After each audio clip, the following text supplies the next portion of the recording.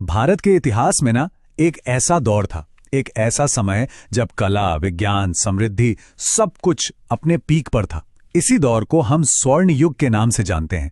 तो आज चलिए इसी शक्तिशाली गुप्त साम्राज्य के कुछ रहस्यों से पर्दा उठाते हैं। अब जरा इस तस्वीर पर नजर डालिए। क्या दिख रहा है? भव्य मंदिर हैं, चहल पहल से भरे बाजार और एक शानदार शाही दरबार। देखिए, ये सिर्फ कोई तस्वीर नहीं है, ये तो उस महान युग की एक छोटी सी झलक है जिसने सही मायनों में भारत की तकदीर ही बदल कर रख दी थी। तो सवाल ये उठता है कि आखिर ये स्वर्ण युग बनता कैसे है? क्या ये सिर्फ महान राजाओं से बन जाता है, या फिर इसके पीछे एक मजबूत अर्थव्यवस्था और सांस्कृतिक तरक्की का भी हाथ होता है? चलिए मिलकर इस पहेली को सुलझाते हैं। तो इस सवाल का जवाब ढूंढने के लिए ना सबसे पहले ये समझना जरूरी है कि स्वर्ण युग का मतलब असल में है क्या। देखिए, एक स्वर्ण युग सिर्फ लड़ाइयों या तलवार की धार से नहीं बनता। नहीं, ये तो वो दौर होता है जब समाज के हर कोने में, हर तरफ तरक्की की एक लहर सी दौड़ जाती है, जब ज्ञान की रोशनी और कला की खूबसूरती मतलब अपने चरम पर होती है। अच्छा, गुप्त काल से पहले क्या था? हुआ ये कि सातवाहन और कुषाण जैसे जो बड़े साम्राज्य थे ना, वो बिखर चुके थे। तो भारत में ना एक तरह का पॉलिटिकल वैक्यूम, एक राजनीतिक सन्नाटा सा छा गया था। कोई ऐसी अकेली ताकत बची नहीं थी जो इतने बड़े देश को एक साथ जोड़ सके।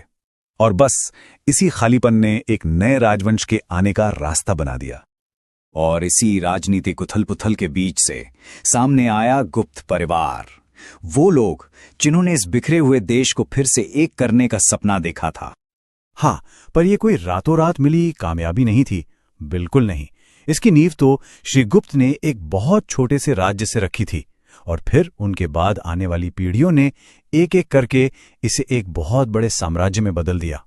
ये नक्शा देखिए, ये उनकी कामयाबी की पूरी कहानी बताता है। उन्होंने उत्तरी भारत के एक बहुत बहुत बड़े हिस्से को एक झंडे के नीचे ला दिया था, और इसी वजह से स्थिरता और खुशहाली का एक नया दौर शुरू हो सका। तो सवाल यह है कि वो कौन लोग थे जिन्होंने इस साम्राज्य को इतनी ऊंचाइयों तक पहुंचाया। चलिए मिलते हैं इस युग के आर्किटेक्ट से। देखिए, श्री गुप्त ने वंश की शुरुआत जरूर की, लेकिन साम्राज्य की जो असली नींव है ना, वो चंद्रगुप्त प्रथम ने रखी थी।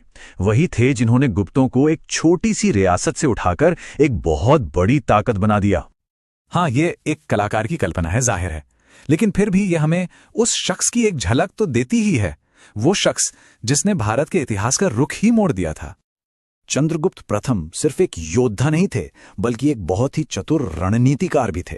उन्होंने क्या किया? उन्होंने शक्तिशाली लिच्छवी राजकुमारी से शादी की, और ऐसा करके अपनी ताकत को, अपने प्रभाव को समझिए दुगना कर लिया। और इसी पावरफुल गठबंधन का जश्न इस खूबसूरत सोने के सिक्के से मनाया गया। मतलब राजनीति और समृद्धि का क्या जबरदस्त मेल था ये। लेकिन कोई भी साम्राज्य सिर्फ महान राजाओं के दम पर नहीं टिकता है ना? तो चलिए अब जरा उन सिस्टम्स पर नजर डालते हैं जिन्होंने गुप्त साम्राज्य को इतना स्थिर और अमीर बनाए रखा। उनका जो एडमिनिस्ट्रेटिव सिस्टम था वो सच में कमाल का था। पूरे एम्पायर को पहले प्रांतों यानी भुक्ति में बांटा गया, फिर प्रांतों को जिलों में, जिन्हें विषय कहते थे, और सबसे नीचे थे गांव। इसी ऑर्गेनाइज स्ट्रक्चर की वजह से इतने बड़े साम्राज्य को चलाना मुमकिन हो पाया था। और उनकी इकोनॉमिक पॉलिसीज वो भी उतनी ही शानदार थीं। सरकार ने खेती को बढ़ावा देने के लिए सिंचाई प्रोजेक्ट्स में पैसा लगाया, जमीन को उसकी क्वालिटी के हिसाब से अलग अलग कैटेगरी में बांटा, और इसका नतीजा एक अमीर जमींदार क्लास का उदय हुआ, जिसने इकोनॉमी को और भी मजबूत कर दिया। ये तस्वीर देखिए, ये उसी आर्थिक क्रांति को दिखा रही है। नहरों का पूरा जाल, लहलहाते खेत, और ये बिजी ट्रेड रूट्स, ये सब एक फलती फूलती अर्थव्यवस्था की निशानी थी। और यही वो मजबूत नींव थी जिस पर स्वर्ण युग की पूरी शानदार इमारत टिकी हुई थी। तो जब देश में राजनीतिक स्थिरता हो और आर्थिक खुशहाली भी हो तो क्या होता है? तब होता है कला और संस्कृति का विकास। चलिए देखते हैं कि गुप्त काल में ये कैसे हुआ। देखिए, सीधी सी बात है, जब लोगों का पेट भरा हो और भविष्य की चिंता ना हो, तभी तो कला और संस्कृति को पनपने का मौका मिलता है ना? आर्टिस्ट को राजाओं से, अमीर लोगों से सपोर्ट मिलता है, और इसका सबसे बेहतरीन उदाहरण है गुप्त काल के सोने के सिक्के। ये सिर्फ पैसे नहीं थे, अरे ये तो आर्ट के छोटे छोटे मास्टरपीस थे। इन पे सिर्फ राजाओं की तस्वीरें नहीं होती थीं, इन पर पुरानी कथाएं होती थीं, म्यूजिकल इंस्ट्रूमेंट्स बने होते थे और इतनी बारीक नक्काशी जो उस दौर के कारीगरों के कमाल के हुनर को दिखाती है। तो कुल मिला के बात यह है कि ये सिक्के सिर्फ करेंसी से कहीं ज्यादा थे।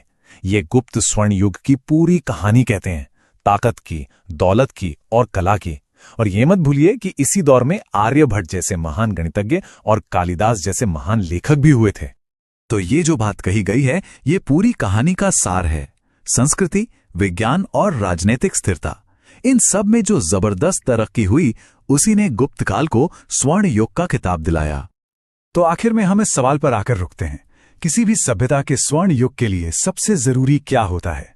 एक महान लीडर, एक मजबूत इकोनॉमी, या फिर वो कला और ज्ञान जिसे पीढ़ियां याद रखती हैं? शायद असली जवाब इन सब के बैलेंस में ही छिपा है। सोचने वाली बात है ना?